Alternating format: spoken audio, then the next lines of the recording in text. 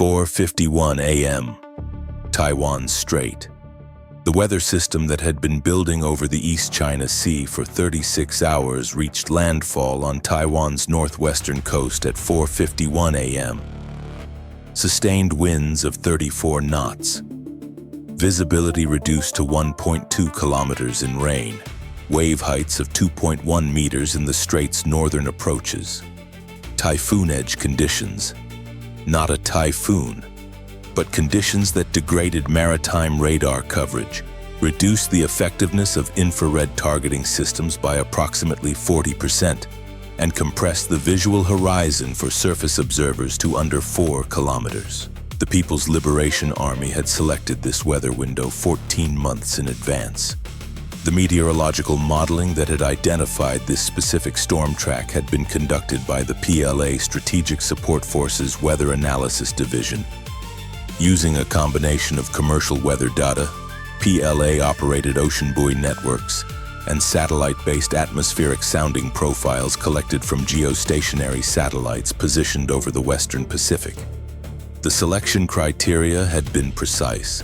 Sustained winds above 30 knots reducing radar effectiveness, precipitation rates above 4 millimeters per hour, degrading infrared targeting, wave heights above 1.8 meters complicating close-in defensive fire, and a weather window of at least 6 hours.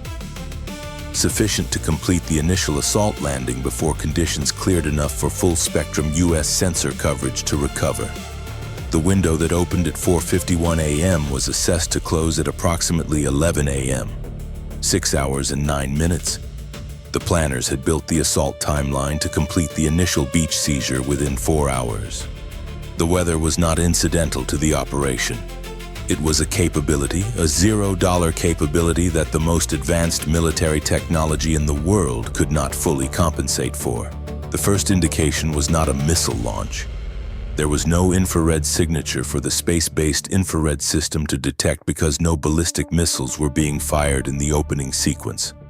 What the SBIRS constellation registered at 4:51:17 a.m. was a thermal pattern consistent with approximately 340 surface vessels, simultaneously increasing engine output. The collective heat signature of a naval armada transitioning from holding pattern to assault speed, visible from geosynchronous orbit as a broad, diffuse warming of a 60-kilometer stretch of water in the strait's northern approaches. Not a missile salvo. An armada. The watch officer at Space Delta 4 who registered the thermal pattern had no precedent for it in 11 years of satellite operations. She marked the contact at 4:51:44 a.m. and transmitted it to Indopacom with the classification: Surface Fleet Mass Movement, Probable Amphibious Force, Taiwan Strait, Northern Sector. The transmission reached the Indopacom operations floor at Honolulu at 4:52:09 a.m., 27 seconds after first thermal registration. At 4:52:09 a.m., the first question was not military. It was legal. The Taiwan Relations Act of 1979 did not commit the United States to the military defense of Taiwan. It committed the United States to maintain the capacity to resist any resort to force that would jeopardize the security of Taiwan's people, and to consider any such effort a matter of grave concern. The language had been deliberate in 1979 and had remained deliberately ambiguous for 45 years. What the act required at 4:52 a.m. was a decision. Not by a military commander, not by a command authority, but by the National Command Authority, about whether the planned surface movement now being tracked in the Taiwan Strait constituted the kind of force that required a U.S. military response, and if so, what form that response should take. The F-35Cs aboard USS Ronald Reagan, 310 kilometers east of Taiwan, were armed and could be airborne in 14 minutes. The Tomahawk land attack missiles in the VLS cells of the Reagan's escort destroyers had preloaded coordinates for planned naval targets that had been maintained in the targeting database for 26 months. The Aegis fire control systems on those destroyers were tracking every surface vessel in the strait. The military capability existed. The legal authority to use it was a question that had not been answered in 45 years of deliberate ambiguity. The question arrived at the National Security Council watch officer at 4:52:31 a.m., 22 seconds after it had been transmitted from Indopacom. The watch officer initiated the emergency notification cascade at 4:52:38 a.m. The first call reached the National Security Advisor at 4:52:44 a.m. The second call reached the Secretary of Defense at 4:52:47 a.m. The third call connected to the secure line of the President of the United States at 4:52:51 a.m., 42 seconds from the Indopacom alert to presidential notification. The planned amphibious force had been underway for 42 seconds when the President of the United States was first informed that it existed. The force composition, as Indopacom's intelligence fusion cell assembled it from the SBIRS data, overhead imagery, and signals intelligence in the following 8 minutes, was the largest amphibious operation since Incheon in 1950 and Normandy in 1944. And it was larger than both.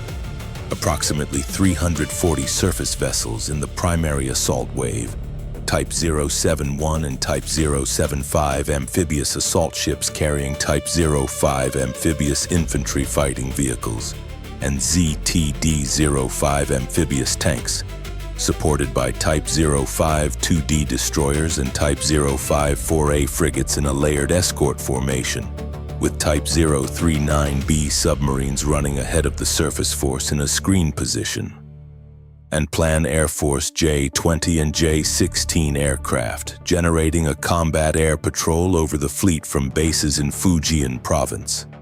The landing zones identified from the approach vectors were the beaches of Tamsui and Shimen in New Taipei City's northwestern coast, 28 kilometers from Taipei's city center. Not a demonstration, not an exercise, a direct approach to the political and economic center of Taiwan. The ROC military's response to the Strait crossing had been pre-planned at a level of detail that reflected 4 decades of preparing for exactly this scenario. The beach defense positions at Tamsui and Shimen had been continuously upgraded since 2019, with hardened firing positions, pre-surveyed target grids covering every approach angle from the strait, and a logistics architecture that had been hardened against the initial plan air and missile barrage that doctrine assumed would precede any landing operation. The barrage had not preceded this landing. The weather had apparently caused the plan to assess that pre-landing air preparation was less necessary, when sensor degradation was already reducing the defenders' targeting accuracy. The ROC Army's beach defense positions, which had been designed to survive a preliminary barrage, were instead undamaged and fully manned when the assault force appeared on the radar screens at 4:53 a.m. The ROC commanders had 4 minutes and 37 seconds from first radar contact to first engagement. They used 3 minutes and 22 seconds of it for authentication and authorization. The first HF-2 battery fired at 4:56:22 a.m. Taiwan's own military response had been activating since 4:51 a.m. The Republic of China Army's coastal defense artillery and anti-ship missile batteries along the northwestern coast were tracking the planned surface force from the moment it crossed the strait's median line at 4:53 a.m. HF-2 and HF-3 anti-ship missiles from hardened coastal batteries and from mobile launchers pre-positioned in the hills above the landing zone. Approaches were assigned to the leading assault ships. 61 anti-ship missile engagements were initiated between 4:56 and 5:14 a.m., the ROC military's opening response to the crossing. The plan escort formation's anti-air warfare systems engaged 44 of the 61 inbound anti-ship missiles before they reached the assault ships. 17 reached their targets. 14 produced significant damage to Type 071 and Type 075 hulls. 3 were neutralized by close-in weapon systems at ranges under 2 kilometers. The assault force sustained 14 vessel hits in the first 18 minutes. None of the 14 were incapacitated. The plan had prepared for this loss rate. The assault vessels had been armored and compartmentalized for exactly this attrition. They continued toward the beaches. What the SBIRS data and the Indopacom intelligence fusion product did not immediately resolve was the scale of the follow-on force.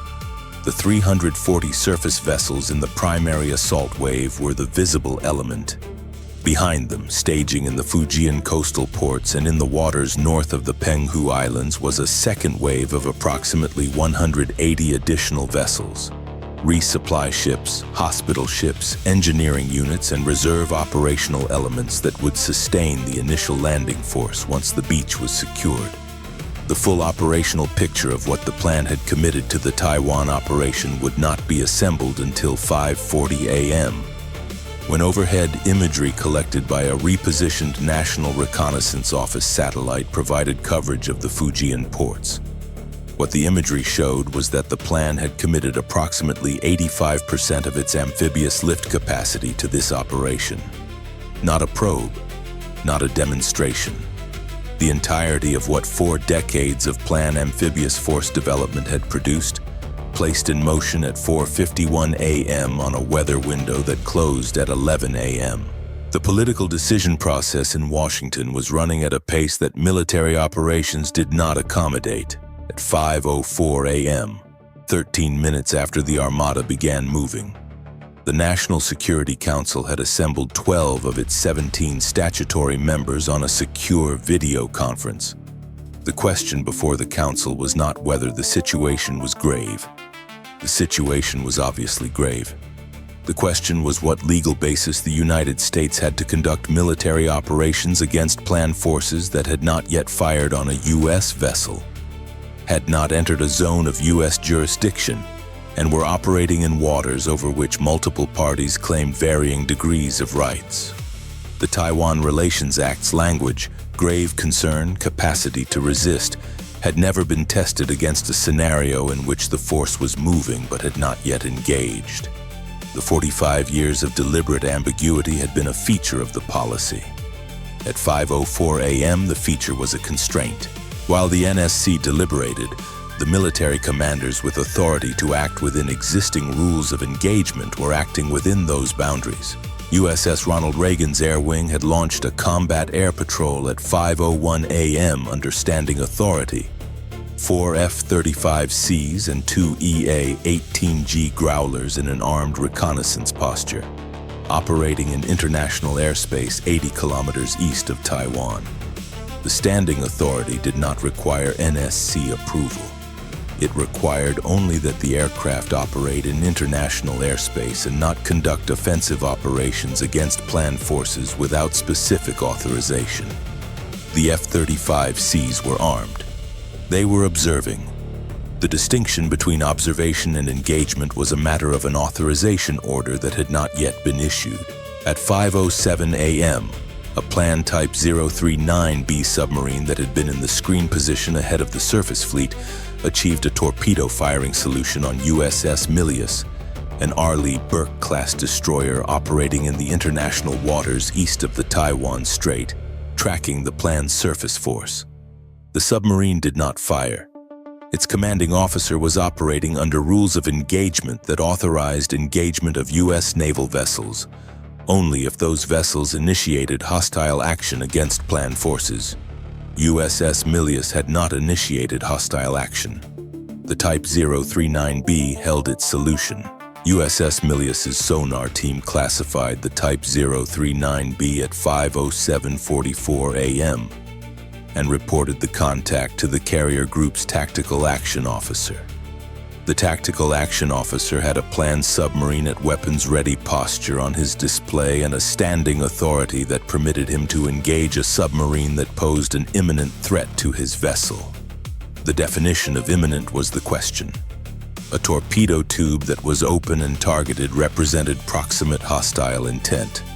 An authorization to engage that it was imminent required a judgment call that the tactical action officer made at 5:08:21 a.m. He designated the Type 039B as a hostile contact under the imminent threat standard and authorized an MH-60R helicopter already airborne to prosecute the contact with a Mk-54 lightweight torpedo. The Mk-54 entered the water at 5:09:04 a.m. The Type 039B took evasive action at 5:09:09 a.m. when it detected the launch transient. The Mk-54's active sonar homing acquired the submarine at 5:09:17 a.m. The Type 039B released countermeasures and executed a high-speed dive. The Mk-54 reacquired at 5:09:28 a.m. and closed. The Type 039B was assessed as non-operational at 5:09:41 a.m.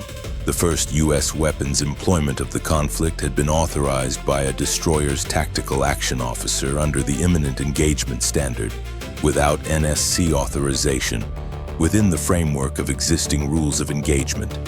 It had occurred while the NSC was still debating whether existing rules of engagement authorized U.S. forces to engage PLAN forces at all. The planned surface force reached the 12-kilometer line from Taiwan's northern coast at 5:11 a.m. The ROC Army's coastal defense fire was intensifying.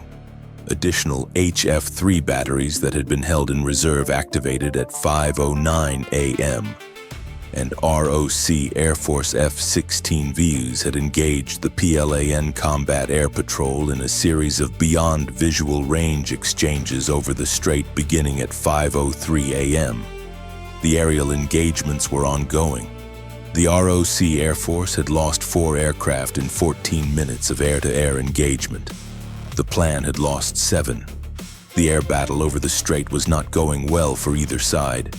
It was going less badly for the plan, which had numerical depth. At 5:14 a.m., the NSC reached a decision.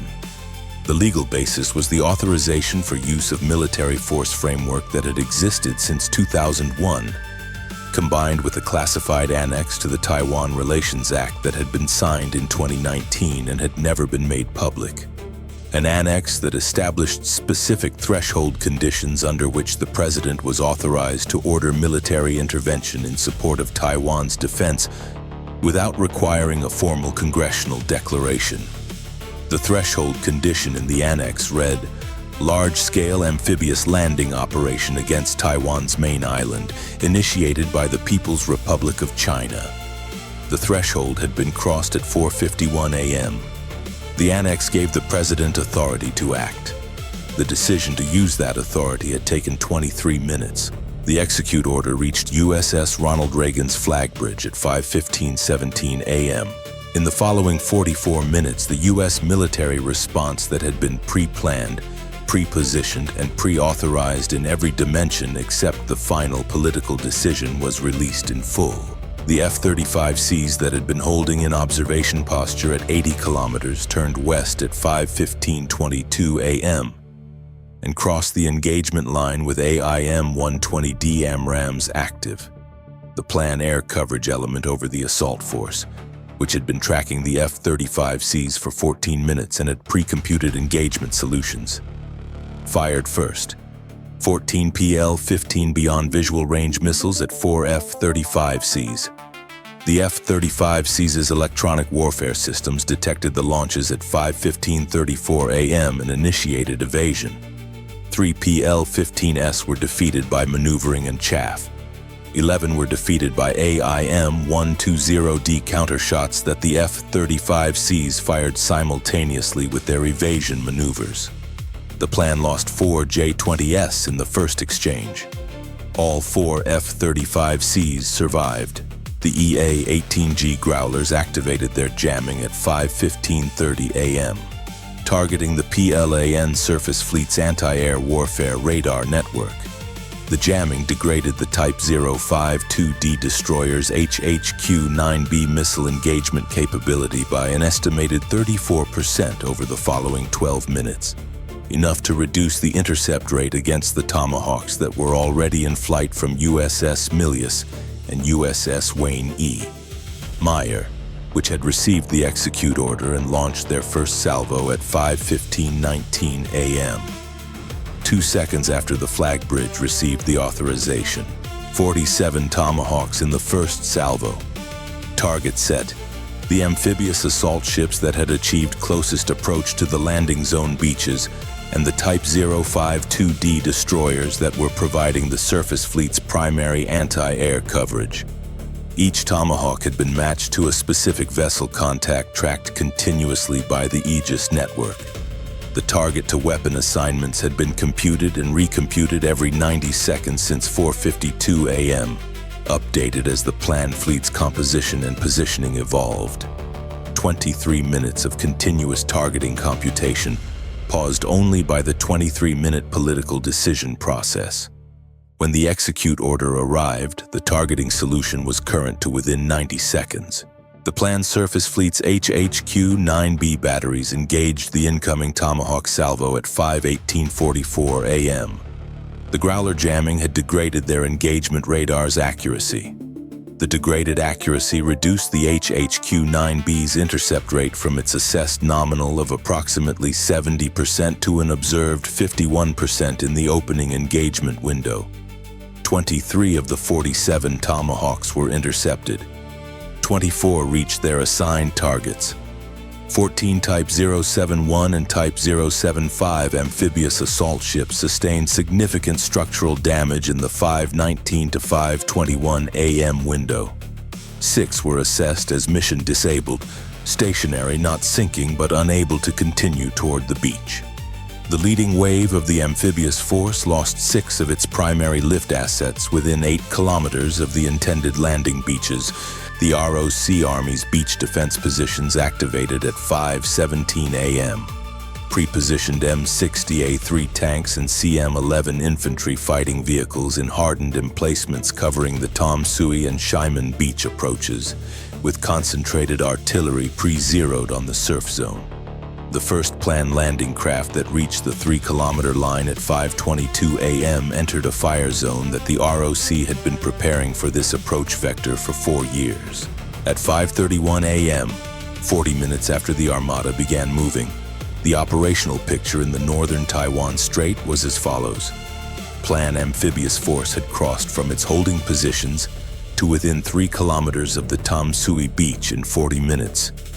It had lost 6 primary assault ships to Tomahawk engagement, 14 more to ROCHF-3 anti-ship missiles, and was under continuous F-35C and ROCF-16V aerial engagement. Its air patrol element had lost 11 J-20S and J-16S. The leading landing craft were at the surf zone. The ROC beach defense was engaging them directly. The plan had committed its assault force. It was in contact with the beach. The question of whether it would succeed was no longer a question of approach geometry. It was a question of what the ROC Army's beach defense could sustain against the weight of the force the PLAN had committed, and what the U.S. military could bring to bear in the minutes and hours that followed. The 23-minute decision window. The NSC had taken 23 minutes from confirmed Armada movement to execute order. In those 23 minutes, 6 ROC aircraft had been lost. The Type 039B had been neutralized by a tactical action officer's imminent threat ruling, and the PLAN's leading wave had closed from the median line to 8 kilometers from the beach. The execute order had arrived with the assault force at the surf zone, and the first Tomahawk impacts arriving simultaneously. The military capability had been pre-positioned for this scenario with precision. The 23-minute decision process had been the variable that no pre-positioning could control. The annex had shortened it, not eliminated it. 23 minutes at the pace of an amphibious assault was the margin between a shore that was contested and a shore that was occupied. Time from first SBIRS thermal detection to presidential notification, 42 seconds. Time from presidential notification to NSC execute order, 23 minutes. Plan assault vessels in the primary wave, approximately 340. ROCHF-3 engagements, 61 launched, 17 impacts, 14 significant hits. U.S. Tomahawk first salvo, 47 launched, 24 impacts, 6 assault ships assessed as mission unable. Plan air patrol losses in first exchange, 11 aircraft. US F-35C losses, 0. ROC F-16V losses, 6 aircraft. Type 039B assessed non-operational. Plan landing craft at surf zone at 5:31 a.m., approximately 40. ROC beach defense, actively engaged. Campaign status active, contested landing in progress. The 45 years of deliberate ambiguity had ended at 5:14 a.m. when the president signed the execute order. The classified annex had narrowed the decision to 23 minutes. 23 minutes in which the Armada had moved 40 kilometers through rain and reduced visibility, in which the ROC military had fought without U.S. kinetic support, in which a tactical action officer on a destroyer had made the first engagement decision of the conflict on his own authority, and in which the entire pre-planned response architecture had waited, armed and ready for a legal threshold to be crossed in a secure video conference in Washington. The shore was contested. The campaign had begun.